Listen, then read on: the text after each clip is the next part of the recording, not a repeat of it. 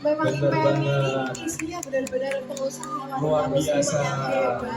Ada narasumber yang keren juga, tadi ada desainer yang keren-keren, pokoknya keren ya IPMI di Kabupaten Karanganyar ini. Oke, mungkin langsung saja ya kita ngobrol tanpa perlu berlama-lama lagi. Halo Bunda Puspita dan Bunda Fadila, bagaimana nih kabarnya malam hari ini? Alhamdulillah baik ya. Alhamdulillah, mungkin kita akan ngobrol-ngobrol tentang apa ya nih? Tentang Boleh peran. satu ya? Iya. Satu dari Ibu Puspita Sari mungkin ya. Oke, Kita ngobrol boleh. pertama mengenai peran perempuan dalam pertumbuhan ekonomi Islam. Boleh dijelaskan sih Bu, apa sih maksud dari peran perempuan dalam pertumbuhan perekonomian Islam? Assalamualaikum warahmatullahi wabarakatuh. Ini adalah tema yang tidak sederhana untuk berusung malam hari ini gitu ya. Di tengah hiruk-pikuk di sini. Cuman ini butuh untuk bisa kami sampaikan bahwa baru dari GPMI saja 2 perempuan yang bisa memberikan pesona yang luar biasa dengan produk-produknya dari Fadila yang Mbak Ananta tadi, itu adalah salah satu bentuk peran kita sebagai seorang muslimah, sebagai seorang perempuan dalam penguatan ekonomi.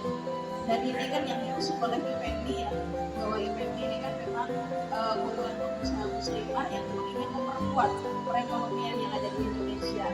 Dan peran kita sebagai seorang muslimah itu tidak sederhana. Kita itu kuat di dalam, juga kuat di luar. Kalau kita sebagai seorang entrepreneur gitu. Jadi bagaimana nantinya UKM-UKM yang memang dibentuk oleh para muslimah ini, oleh para perempuan ini bisa menjadi solusi bagi penguatan perekonomian yang ada di Indonesia. Dan itu bisa diawali dari UKM yang ada di Karanganyar seperti itu. Oke, jadi untuk perannya ini juga luar biasa. Tapi ini perannya untuk ekonomi Islam ya, mungkin teman-teman di sini makanya.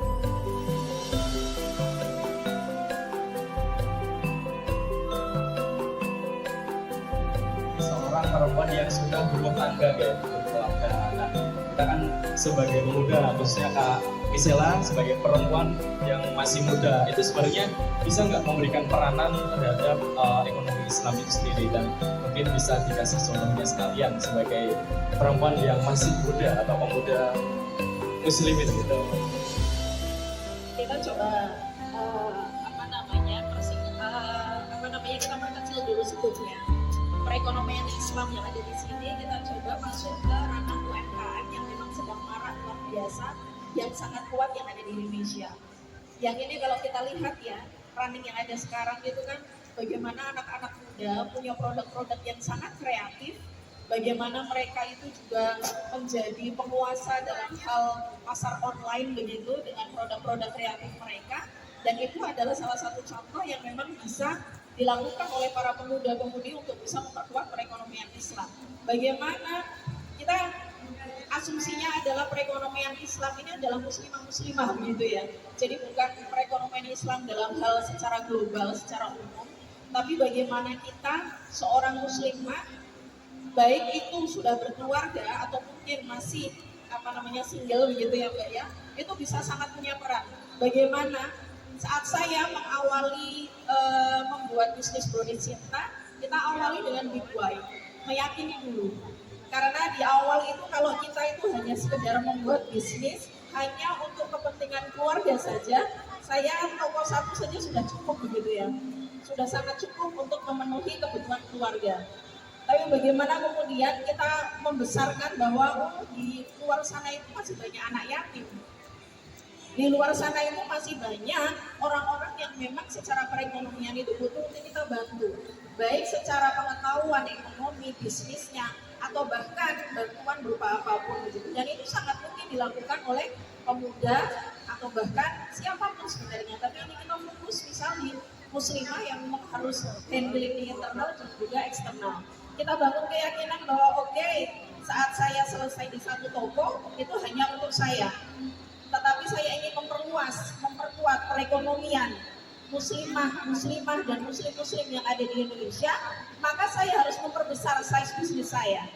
Alhamdulillah sekarang kita ada 300 karyawan dengan 30 outlet yang tersebar di Jawa Tengah dan Jogja. Biasa sekali. Seperti itu ya Mas ya.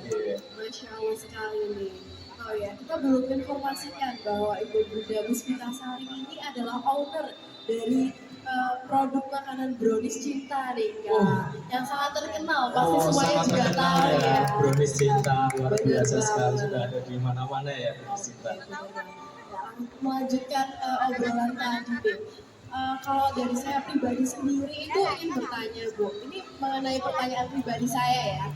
Bagaimana sih cara memunculkan motivasi untuk kita mau mengembangkan usaha atau memulai usaha? Karena kalau dari saya sendiri, saya sebagai pemuda, saya masih disuplai uang saku sama orang tua. Jadi saya tidak ada kepikiran bahwa oh saya mau memulai bisnis ini untuk menambah perekonomian ataupun apapun itu. Jadi bagaimana sih cara menumbuhkan motivasi anak muda untuk memulai karirnya? Apalagi saya ini wanita.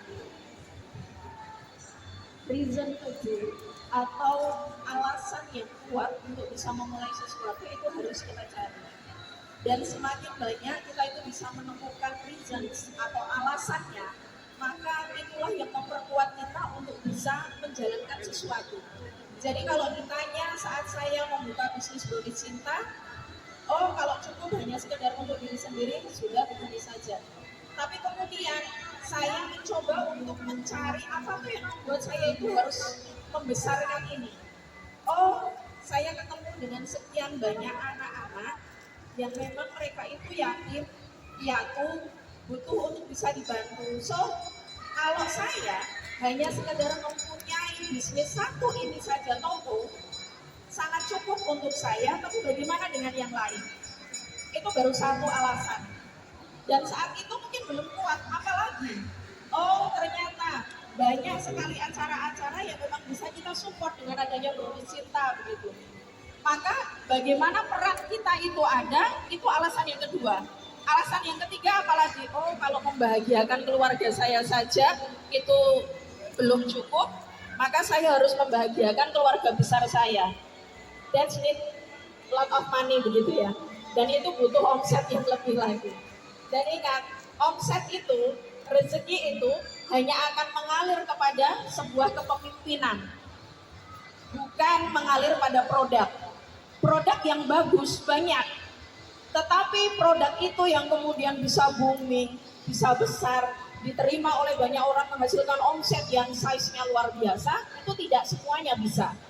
Jadi rezeki itu mengalir kepada kepemimpinan, dan seorang pemimpin, seorang leader itu bisa mencari, menemukan why.